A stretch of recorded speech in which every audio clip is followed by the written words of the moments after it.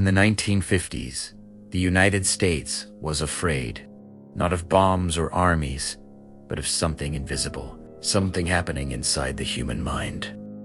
Behind closed doors, the CIA began secret experiments on human beings. Many of those people never knew they were part of a test. They were drugged, manipulated, and isolated. Some lost their sanity. One man lost his life. When the truth nearly surfaced, the evidence disappeared. This is the story of MK Ultra. After the Second World War, the world entered a new conflict. A war without front lines, the Cold War. American intelligence became obsessed with one terrifying possibility. What if the Soviet Union had already discovered a way to control the human mind? Not influence it, not persuade it, but fully control it. Fear shaped every decision. Intelligence agencies believed the next war would not be fought with weapons alone. They believed it would be fought inside the human brain, through manipulation, conditioning, and psychological control. CIA officials feared that prisoners could be mentally broken, that memories could be erased, that false thoughts could be implanted. If those fears were true, then the United States was already losing a war it could not see. This is the story of a 30-year search by U.S. intelligence agencies to perfect mind control. In 1953, the CIA launched a top-secret program. Its codename was MK Ultra. The mission was simple in wording, but dangerous in reality: to discover whether the human mind could be controlled.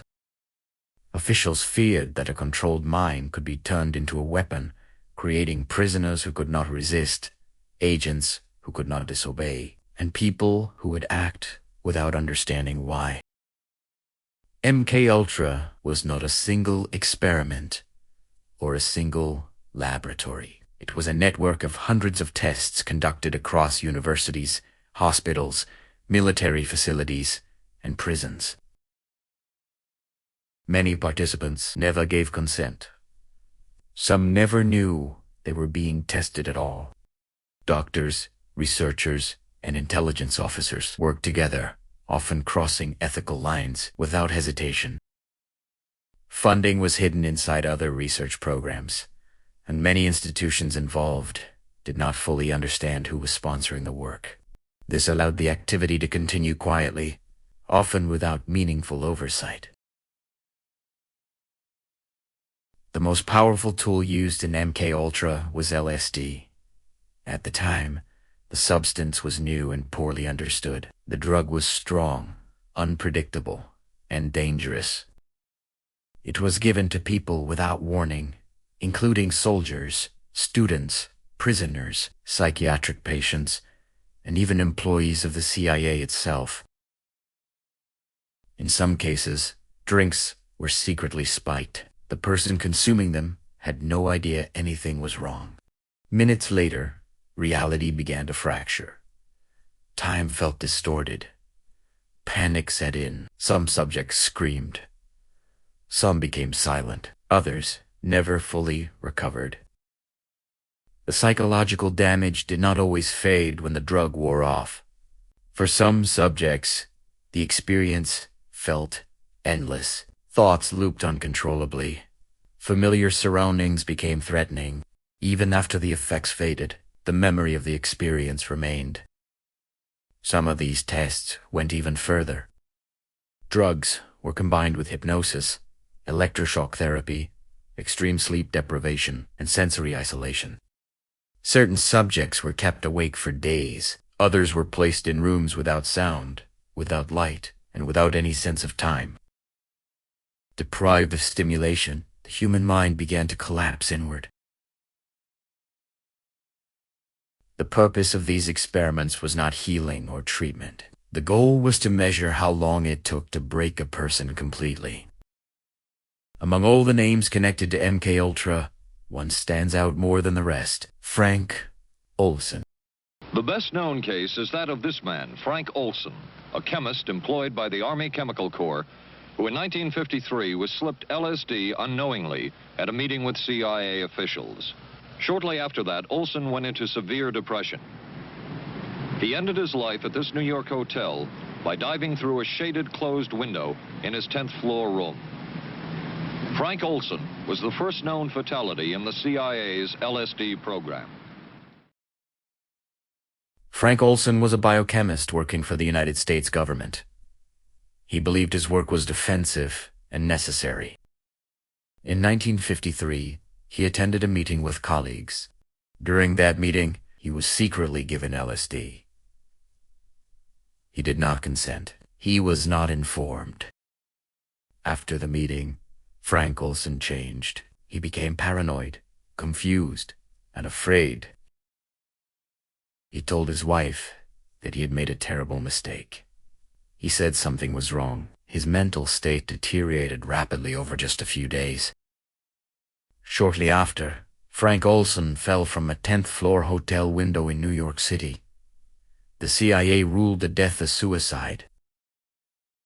His family did not believe that explanation. Details did not add up. Questions remained unanswered. Decades later, new information emerged. Frank Olson had been unknowingly involved in MKUltra. His family had never been told the truth. To this day, one question remains unanswered. Did Frank Olson jump, or was he pushed? By the 1970s, public trust in American institutions was collapsing. The Vietnam War had deeply divided the country, and the Watergate scandal had shaken confidence in the government. As doubt spread, journalists began investigating secret programs. The story begins here, just off the nation's front yard, the Mall. The buildings behind me were the headquarters for the World War II Office of Strategic Services. It was here that the first halting steps toward mind control began. Victims of MKUltra came forward and described years of psychological trauma, memory loss, anxiety, and broken lives. Many victims described long-term effects that followed them for decades, including difficulty trusting others, difficulty trusting their own memories, and lives permanently altered by procedures they never agreed to.